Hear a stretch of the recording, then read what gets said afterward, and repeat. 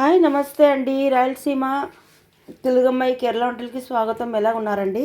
చూడండి, మా ఆయన పొద్దున్నే చేపలు తీసుకొచ్చారు. ఇవి తెలుగులో చదువా చేపలు అంటారు, హిందీలో పాప్లెట్ అంటారు. ఇది ఒక కేరళ స్టైల్ చేపలు వండుతానండి, మీకు చూపిస్తాను. ఈ చేపలండి బాగా ఫ్రెష్గా తీసుకొని వచ్చారండి, ఇప్పుడే తెచ్చి ఇచ్చిపోయారు నాకు. ఓకేనండి, అది పసుపు ఉప్పు వేసి పెట్టాను, చూపిస్తానండి ఎలాగ చేసేది. చూడండి, చేపలు మొత్తం క్లీన్ చేసి పెట్టాను. మొత్తం పసుపు ఉప్పేసి ఒక 5-6 సార్లు కడిగానండి. ఇంకా ఎక్కువ కడిగితే దీంట్లో ఏముండదనమాట. బాగా కడిగేసి పెట్టాను. దానికి రుబ్బుకోవడానికి కావాల్సిన వస్తువులు నేను చూపిస్తానండి.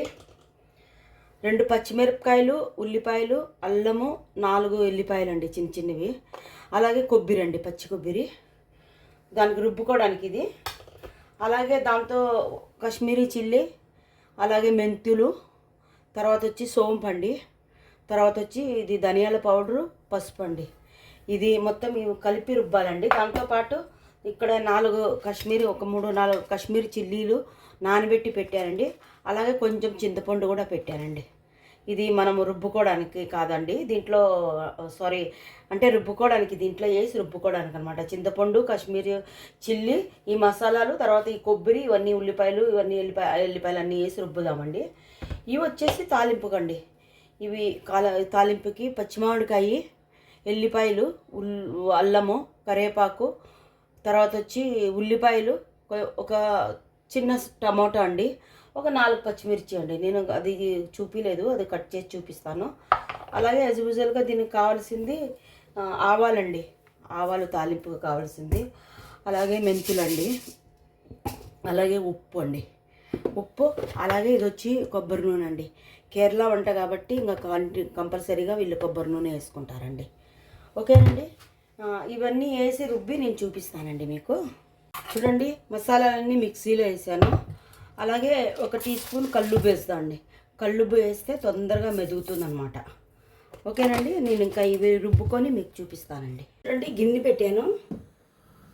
గిన్నె పెట్టేసి అందులోకి ఒక 2 స్పూన్లు ఇలాగ ఎల్లడి గిన్నె అయితేనే ఫిష్ కర్రీకి బాగుంటుందండి. ఇంకా వేరే పెద్ద గిన్నెలు లేవు. ఒక సైడ్లో అన్నం కూడా పెట్టేసాను అందు గురించి. ఇది నూనె, కొబ్బరి నూనె ఒక 2 స్పూన్లు వేసుకుందామండి. ఒకటి పెద్ద గెంటి అనమాట, ఇది 2. అందరికీ కొలెస్ట్రాల్ ఎక్కువ ఉంది, నూనె యూజ్ చేయొద్దు అంటున్నారు. అయినా కానీ నేను ఎక్కువ చేస్తున్నాను నూనె ఎక్కువ. ఇందులోకి కొన్ని మెంతులు అండి, కొన్ని మెంతులు, ఒక 1/2 టీ స్పూన్ మెంతులు. వీళ్ళు ఆవాలు కూడా వేసుకుంటారండి అన్నిట్లోకి, ఫిష్ కర్రీలకి, మటన్, చికెన్ కర్రీలకి అన్నిట్లోకి ఆవాలు వేసుకుంటారు. ఆవాలండి.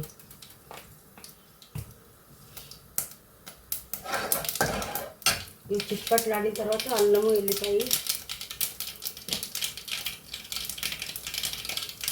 వేసుకున్నామండి.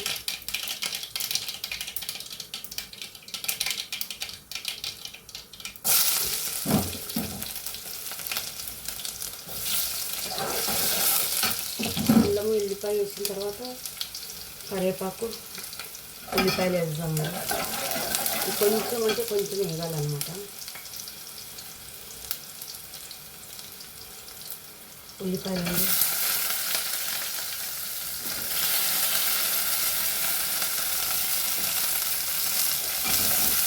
కరివేపాకు వేసానండి. ఇవి కొంచెం వేగిన తర్వాత నేను చూపిస్తానండి. చూడండి, వేగాయి, ఇవి కొంచెం వేగాయి అనమాట. ఇంకా ఇందులోకి మసాలా వేసుకుందామండి. మసాలా రుబ్బి పెట్టాను, ఆ మసాలా వేసుకుందామండి. ఇందులోకి కొంచెం స్టవ్ తగ్గించి వేసుకోవాలండి, లేకపోతే ఎగురుతుంది ముందుకు.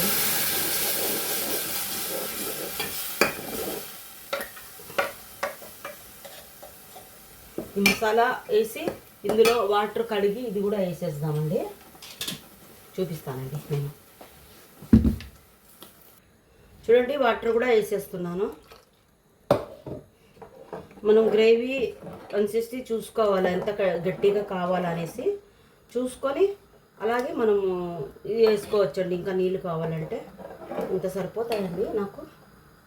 ఉప్పు ఇందులో వేసి రుబ్బాను కాబట్టి ఉప్పు వేయట్లేదండి, లాస్ట్లో చూసుకొని వేద్దాం. ఎందుకంటే మనం ఆల్రెడీ ఫిష్లో కూడా ఉప్పు వేసి పెట్టామండి, అందు గురించి. ఇప్పుడు ఇందులోకి మనము మామిడికాయ, టమాటాలు వేసుకుందాం అండి. మామిడికాయ ముక్కలు లాస్ట్లో వేసుకుంటే ఉడకవండి, అందుకని ఇప్పుడు వేస్తున్నాను. లేకపోతే ఇవి చేపల్లో చేపలు వేసిన తర్వాత ఇవి వేస్తే మన చేపలు ముక్కలు అయిపోతున్నాయండి. అందు గురించి ఇది బాగా ఉడకాలండి. ఉడికిన తర్వాత చూపిస్తాను. అలాగే 3 పచ్చిమిరపకాయలు ఘాట్లు పెట్టుకొని వేసుకున్నానండి. ఎక్కువ కారం అవుతుందేమో భయం, అందు గురించి. చూడమండి, చూడండి బాగా ఉడికి పొంగు వస్తుంది. ఇది పొంగిపోతుందండి. దీన్ని చూసుకుంటానే ఉండాలి జాగ్రత్తగా. పొంగిపోయి పైన ఎంత పోయిందంటే ఇంకా టేస్ట్ పోయింది, ఇంకా రుచి ఉండదు అనమాట.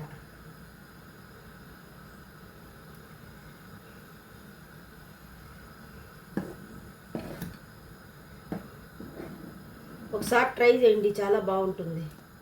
కేరళ వాళ్ళది కదా, అన్నిట్లోనూ కొబ్బరి వేస్తారు కాబట్టి అన్నిటికీ బాగుంటుందండి.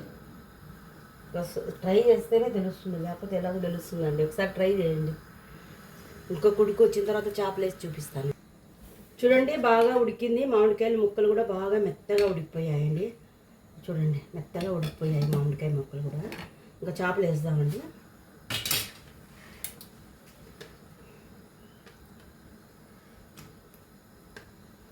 ఎప్పుడు చేపలు వేసేటప్పుడు స్టవ్ స్లో పెట్టుకొని వేయాలండి. గిన్నె చిన్నది అవుతుందని డౌట్.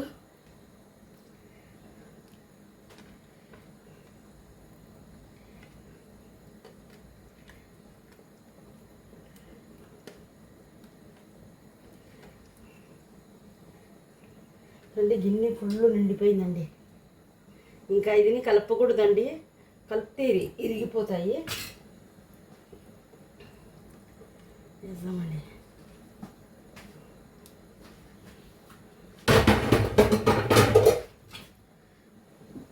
కింద నుంచి ఒకసారి ఇలాగ అనుకుందామండి.